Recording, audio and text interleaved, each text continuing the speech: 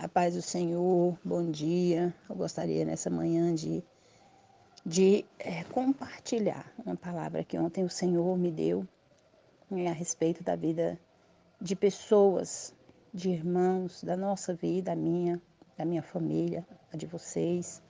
Em Jeremias 30, Deus promete trazer do cativeiro o teu povo. Né? Essa palavra Deus ontem estava falando a respeito de promessa que Deus fez. Né? Para um povo que na desobediência, na rebelião, foi cativo ali, através das mãos do rei Nabucodonosor, que a Bíblia também relata que era servo do Senhor, né? Apesar dele idolatrar deuses estranhos, ele ser uma pessoa sanguinária, ele servia a Deus. Então, nessa manhã, eu quero compartilhar com vocês, né, essa palavra, né? A palavra do Senhor que veio a Jeremias dizendo: assim falou o Senhor, Deus de Israel, dizendo: escreve no livro todas as palavras que te tenho falado. Porque eis que vem dias, diz o Senhor, em que farei voltar do cativeiro meu povo Israel e de Judá, diz o Senhor. Tornarei a trazê-los à terra em que dei a seus pais, e a possuirão. E estas são as palavras que disse o Senhor acerca de Israel e Judá. Porque assim diz o Senhor: ouvimos uma voz de tremor e de temor, mas não de paz. Perguntai, pois, e vede se um homem pode dar à luz, porque pois veio a cada homem com as mãos sobre os lombos, com que se está dando à luz, e por que se tomaram pálidos como os rostos? É porque aquele dia é tão grande que não houve outro semelhante, e é tempo de angústia para Jacó. Ele, porém, será salvo da angústia. Amém? Então, Deus está falando que, aleluias, naquele dia foi um dia tão terrível que os homens sentiram dores, como se estivesse dando à luz a um filho, né? Glória a Deus, aleluias. Mas Deus, Ele há promessa na minha e na sua vida de salvar nossa família. Nós não sabemos qual será o meio que Deus vai usar. Glória a Deus, aleluia, porque Deus, Ele sabe a forma de convencer o homem do pecado. Mas que Deus, nosso Senhor Jesus Cristo, nessa palavra, está falando para a gente que a promessa dEle, Ele vai cumprir, vai tirar a nosso familiar da mão de Satanás. Porque quando um familiar hoje, antigamente tinha um reino, né? Que Deus usava os reinos idólatras para colocar o povo dele ali, para ficar cativo, trabalhando pesado para se arrepender do pecado. Hoje, quem pega a alma é Satanás. Satanás escraviza na droga, na prostituição, no engano, na mentira, para poder, a pessoa fica sofrendo ali, né? Na mão do inimigo da nossa alma por não ouvir e obedecer a palavra do Senhor, né? Mas Deus, o Altíssimo, determina que Jeremias profetize a palavra de juízo, né? Porque Deus, ele é juiz, ele faz o juízo na vida das pessoas. O justo juiz é Deus, né? E ele determina a sentença na vida de cada pessoa, ainda que pessoas falem que não, mas quem determina é Deus, né? Mas ele também ordenaria que o profeta pronuncie as palavras de restauração, né? E de redenção, oh aleluias, redenção, glória a Deus, aleluias, é a pessoa se redimir, é as pessoas, né? Glória a Deus, aleluia, se render aos pés do Senhor, né? Redenção ao seu povo. Esses capítulos trazem, aleluias, né? O ânimo aos exilados, né? Aquelas pessoas que estavam ali para mostrar as perspectivas de um futuro, né? De glória por meio da chegada de Jesus. Então, assim, que quando Jesus chega ali na história, quando a pessoa ali no meio da dor e do sofrimento, aleluia, eu tenho o costume de falar que a pessoa está em naufrágio, quando está no meio do mar, ali que não está conseguindo ver mais esperança, ele levanta a mão para o céu e fala: me ajuda, Jesus. E Jesus vem ali com um bote salva-vidas e ele tira ali, né? E ele acode, que no tempo passado Deus usou a baleia, né, para salvar Jonas, mas hoje, aleluias, o Senhor envia um bote salva-vidas, envia irmãos, envia profetas para poder ali, aleluia, segurar na mão e falar: vamos embora, que Deus é bom, né? E as misericórdias dele são a razão de não sermos consumidos. E o inimigo da nossa alma, ele não presta, né? Porque o projeto dele é destruir nossos sonhos, nossa vida, nossa família. Para quê? Para que vá morar com ele no inferno. Esse é o projeto do inimigo, né? Mas Deus fala: eis que vem dias. o Senhor orientou Jeremias a escrever todas as palavras ditas por ele, para que suas mensagens alcançassem o povo, né, lá no futuro. As profecias sobre a liberação de cativeiro, a restituição da terra e a bondade de Deus foram úteis ao povo. Também servem a todos que estão aprisionados às adversidades, igual eu preguei agora em nome do Senhor Jesus. Se for no vício, no adultério, na prostituição, na mentira, no engano, seja qual for o pecado, né, que está oprimindo, escravizando o povo, né, que assim Deus, nosso Senhor Jesus Cristo, possa entrar, né, com um braço forte, porque essa é a promessa dele. Por isso, essas palavras de fé, de encorajamento, se destinaram a todos os aflitos, né? As escrituras sagradas são um memorial, né, que reúne todas as promessas do Eterno à humanidade, né? O Eterno é nosso Deus. Ele foi e é e será sempre o mesmo. Aleluias, diz que se nós vamos ao cativeiro, é por causa das nossas maldades, é por causa de nós não se arrependermos dos nossos erros e falhas e pecados.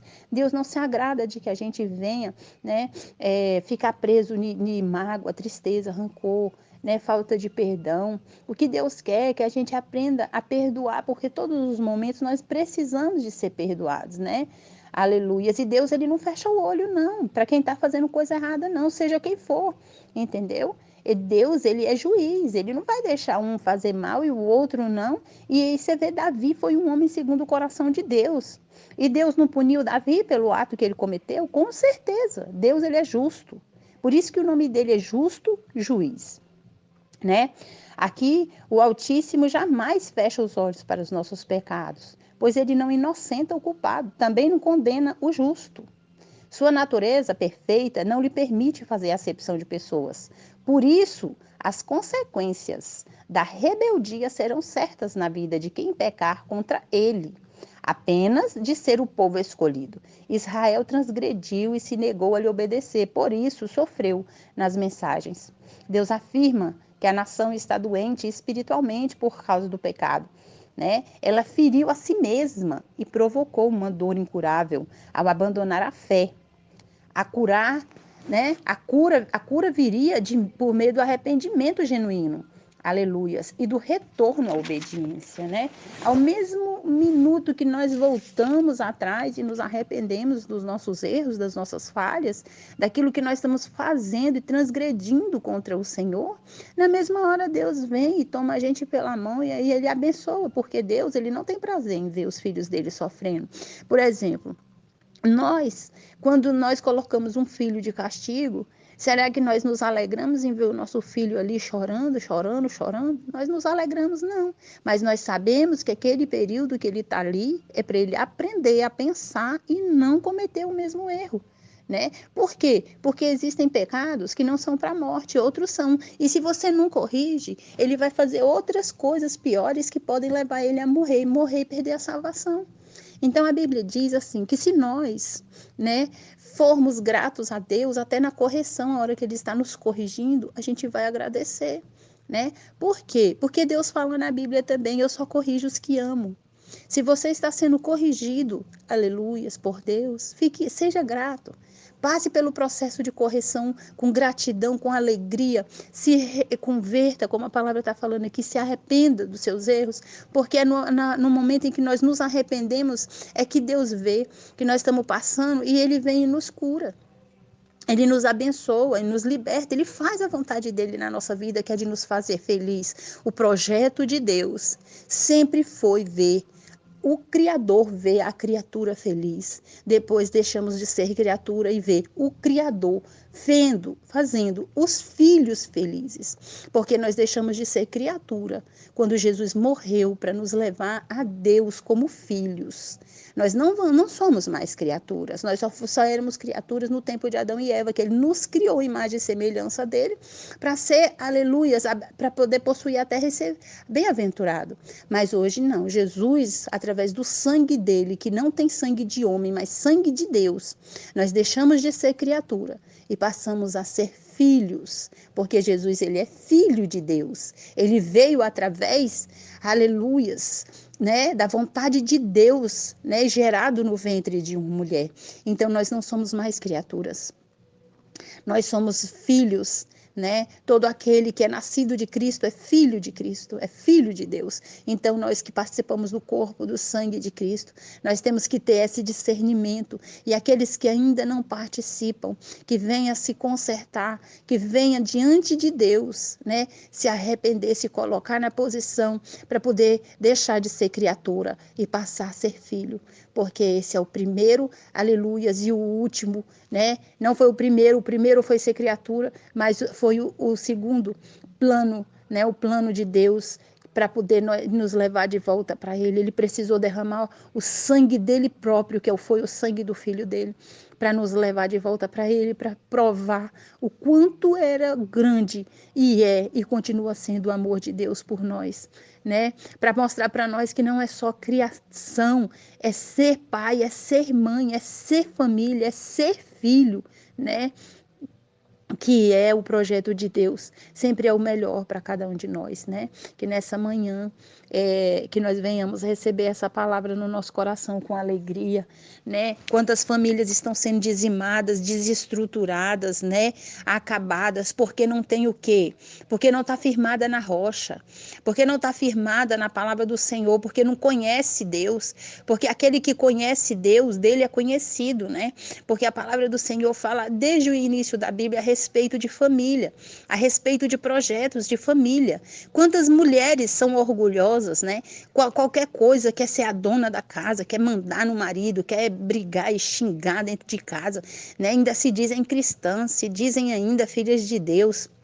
Mas Deus, Ele fala que nós, para sermos chamados filhos dele, nós temos que ter a essência de Cristo. Cristo nunca fez isso, nós temos que nos olhar, nós temos que olhar para nós mesmos e ver quem foi Jesus. Nós somos filhos dele e nós temos que ser que nem ele.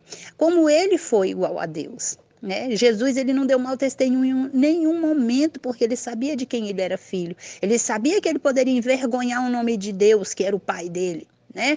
Não envergonhar o nome de Maria, que era a mãe, mas o nome de Deus, que era o pai, né? Então, sempre a gente tem que se colocar no lugar de ver de Jesus e ver o que nós podemos e não podemos fazer. O que é que não nos leva a envergonhar o nome do nosso Deus?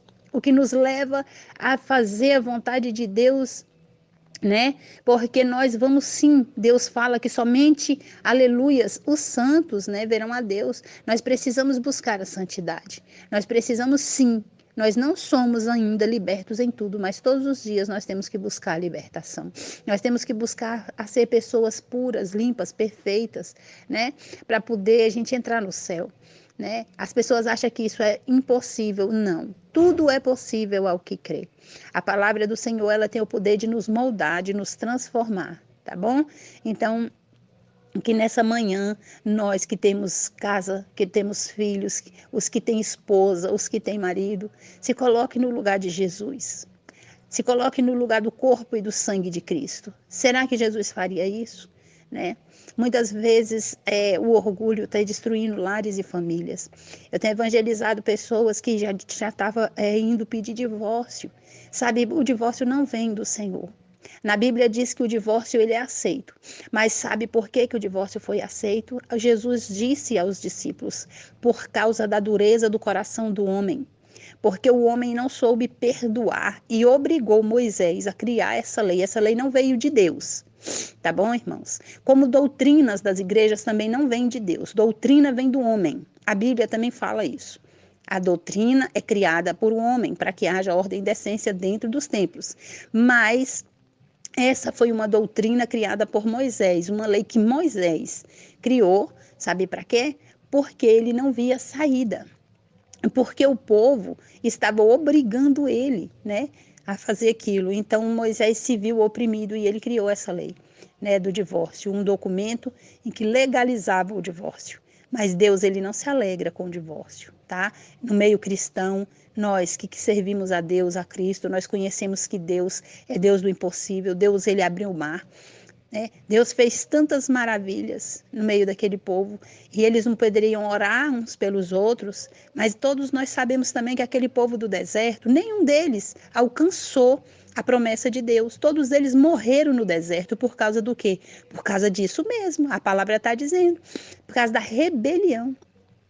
Eles se rebelavam contra tudo que Moisés falava, né? Moisés falava, não pode isso, eles brigavam. Não pode aquilo, eles brigavam. Deus mandava carne, queria peixe. Deus mandava outra coisa, queria outra coisa. Então era um povo muito insatisfeito, eram almas muito insatisfeitas com a vontade de Deus, né? Nunca era grato.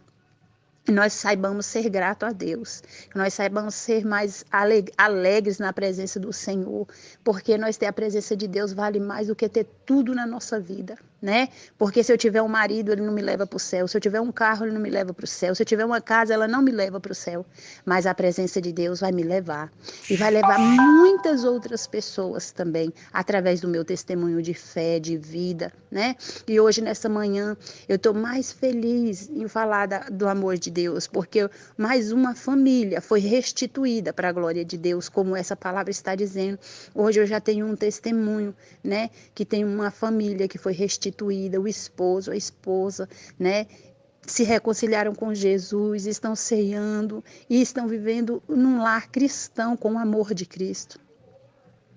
Estão buscando se aperfeiçoar na palavra do Senhor. Isso, irmãos, é amar a Deus sobre todas as coisas, tá? Se vocês conhecem alguém que está sofrendo um casamento que está sendo destruído, nós fizemos um projeto de 30 dias, hoje está fazendo 30 dias, tá? E esse casamento foi restituído e outros que a gente ainda está no propósito e que Deus vai, outros casamentos que também a gente já sabe que o esposo e a esposa não estavam se falando, estavam em lares separados, mas através da intercessão, através da oração, do amor, né, uns pelos outros, a gente está fazendo essas campanhas pelas madrugadas para que o Senhor disse que muitas famílias estão sendo, o diabo está agindo na madrugada. Por quê? Porque as pessoas não estão querendo acordar de madrugada para orar. O inimigo está agindo no horário em que não está tendo vigília, torre de vigília. Que os irmãos venham fazer torre de vigília. Tem uma irmã que está orando 1 hora, a outra hora meia-noite, a outra hora 2 horas. Faz isso, irmãos, em nome do Senhor Jesus. Deus está procurando verdadeiros adoradores, porque o povo quer saber de dormir, de comer, beber e dormir. Se desperta, igreja do Senhor, porque Deus está querendo tirar as pessoas do cativeiro. Satanás, ele está enganando as pessoas. Você pode casar quantas vezes quiser, isso é mentira do diabo. Isso é mentira, porque o casamento é projeto de Deus. Se fosse assim, Deus tinha matado Eva, né, que levou Adão a pecar. Mas Deus, ele falou que o que ele faz, ele não desfaz, irmãos, assim, né? A respeito de casamento e família é uma coisa muito séria, tá bom? Então, que nessa manhã, os irmãos que estão mais fortes na fé, começam a fazer horário de torre de vigília, 1 hora meia-noite. Se você amanhã for trabalhar, 1 hora de meia-noite, 11 é meia-noite, o outro 1 hora de meia-noite que não está trabalhando a 1. E vamos fazer torre de vigília, vamos orar abençoando os casamentos, os lares, as famílias, sabe? Porque nós fazendo isso, nós estamos fazendo por Deus, é projeto de Deus, tá bom? Eu tenho testemunhos lindos para dar aos irmãos. Depois, em nome do Senhor Jesus, que nós possamos compartilhar desses testemunhos de fé, tá bom? Jesus abençoa. E que tenham, né, um dia, uma noite, uma semana abençoada por Deus, que nós sejamos todos os dias agraciados com a presença de Deus, porque é a presença de Deus que nos faz feliz, tá bom? Que a paz do Senhor Jesus reine em nossa vida, nosso coração, na nossa mente, na nossa alma, né? Amém? Jesus abençoa.